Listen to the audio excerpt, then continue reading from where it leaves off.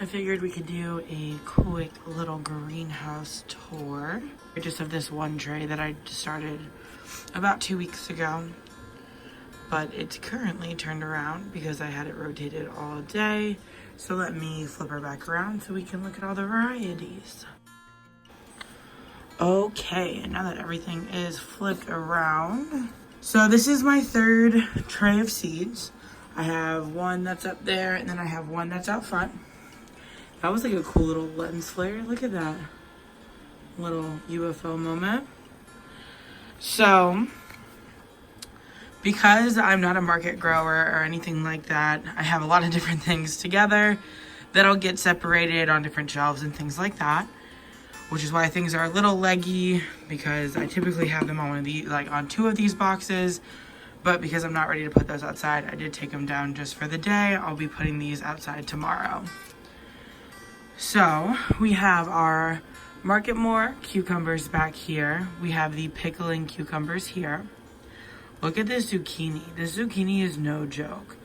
When I say that these leaves, these huge leaves right here, were this size, let me move this away. This size yesterday, because I sit in front of this greenhouse every night just to look at it. This size last night, this size today. It's been crazy. I love zucchinis. I love how they look when they are growing out of the ground in a bush instead of a trellised version. I think that they're gorgeous and I love them so much. And these are the Ford Hooks. All of them are. And they actually had a pretty decent develop rate. I would say we have 6 of them and I planted 12. So I mean, that's 50-50, but the ones that I do have are like super strong, and I'll just end up reseeding these here probably in a couple days. Just so that way the ones that were in here, I gave them their chance. It didn't work. I'll just replant them, see how it goes. Then we get into the tomato varieties here. So these are Abe Lincolns. They're really strong. They look really good. They're just leggier, which is totally fine. They typically bounce back, especially with them being as tiny as they are, especially with all of these being little root systems here. When I repot them and stuff, they're typically always good to go. As long as they don't get to be super leggy, they're fine. I have the Painted Ladies. Those are the variegated ones that Jess and Roots and Refuge, she's posted on Instagram a couple times. I'll link this post down below because they're beautiful. I love them so much. And look at this like weird little oddity I have here. So I have a couple, everyone that I planted came up just fine, except for this one little guy here who came up, and then I think there was just some little transmission errors there and the seed never fully popped off, so that one got a little stunted, but that's fine because I'll just take that out and I don't need any more considering I have over 10 of the Painted Ladies, so I think I'll be fine there. The next one's back here. It says snozzberries because my friend Lindsay actually helped me write all these while I was planting because I was up to my elbows in dirt. And the snozzberry ones are actually the blueberry cherries. She thinks they're snozzberries because cherry tomatoes are half purple, half red. And then I have another row of Paul Robeson's right here. That's these 2 chambers here. Those are actually my test growers because I pulled it a little dumb of a move, and one of the trays I have, I didn't mark every single one. I just did rows, and then I went to repot them all, and they are all mixed match. So now I have these ones, they're test growing for me so I can see which seedling is which when I go to plant them, which is not the way I suggest doing it. So if you're about to start your seeds, make sure you mark every single one, because I thought I was smarter than that, and I even recorded myself planting them, but that doesn't help. They're all black containers. So yeah, definitely mark your seeds. Look at my cute little basil plants. They're all so sweet and little. I counted the last time, I have over 20 of them. And I'm so excited because I will use every single one. And also, they already smell like basil, which is super nice. And so do the tomatoes. So anytime that I need just like a hint of spring, I just come over here and sit here because you can smell the basil and you can smell the tomato, and it's so nice. In the back there, those are sugar snap peas. They are, the problem with sugar snap peas is that when they get leggy, they're not really, these are like thick, like they're not weak in any way, shape, or form. So I'll be able to move those out to the trellis in no time and have no problem with them. These right here, you see that little fly? We need to talk about a couple of things too about those little flies. Anyway, back there is rosemary. It hasn't come up yet. That's totally fine.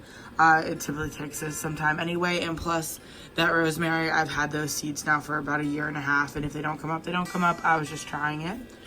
I have beefsteaks here and here, and those are giant slicers. They're similar to Abe Lincoln's, but they're the original beefsteak, the original giant slicer. For the most part, when I say original, that's how a lot of people got to know them. And I'm excited for those because I did not have time to grow them last year. I didn't realize how long they took, and by the time they got anywhere near being able to flower, it was already way too late because I didn't realize what I was doing last year, not like I do now. So let's talk about these little flies you might see coming around here. There are so less of them now than there would have been because I learned to boil my soil before I planted. So I put all of this here. I'll actually insert a video of it now.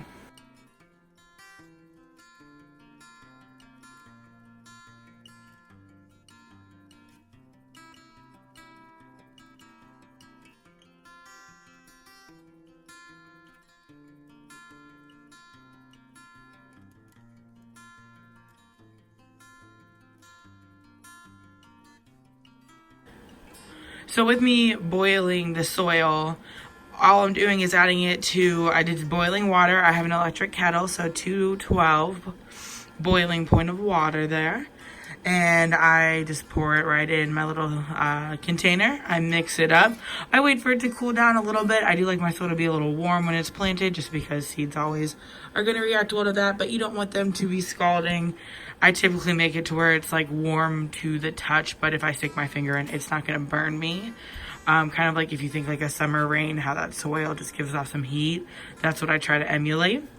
And then just putting them in my little containers, popping my seeds in. And I have maybe 2 of the little, I think they're called fungus gnats, or the root fungus gnats that you like to eat at the roots of your plants. Before I would do it, I would have like 80 to 100 of those little gnats.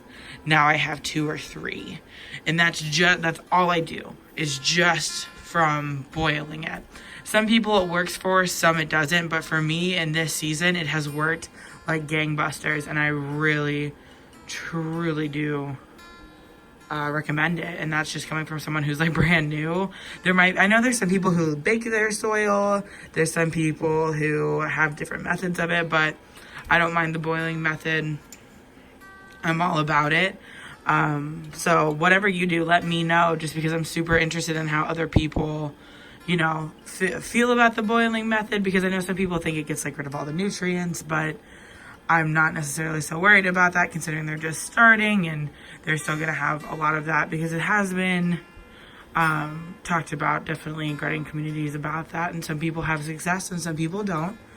So I'd love to know. I would love to know what your process is to make sure you don't have 820,000 little gnats. But everything's looking good. It's almost time to water. These are all of my peppers, which of course they're not going to come up for probably another week. But it's almost time to water. These are still relatively damp to the touch. Some of them back there, you can see where it's starting to get a little more brown and crumbly. So I'll probably end up watering before I go to bed tonight. See back there, it's definitely crumblier. Hi, little fly guy. I'm gonna kill you. Got him. I hope. But over here, it's a little different. So I typically, since it's a bottom watering tray, I just water underneath these guys, let them soak up. So the top soil isn't necessarily so much what I'm worried about as the bottom soil. And these are still pretty spongy. They're still pretty good to go. So that is what is going over here in we are almost, today is actually my birthday. I'm filming this on my birthday. Woo! We are 2 days away from our last frost date. We have 0 frost left. What's on the radar, we should not have any frost for the rest of the year. So this weekend is going to be all about getting the garden in, making sure everything's good there. So that way, the next couple weekends, we are more than ready to plant and start getting some of the good work in.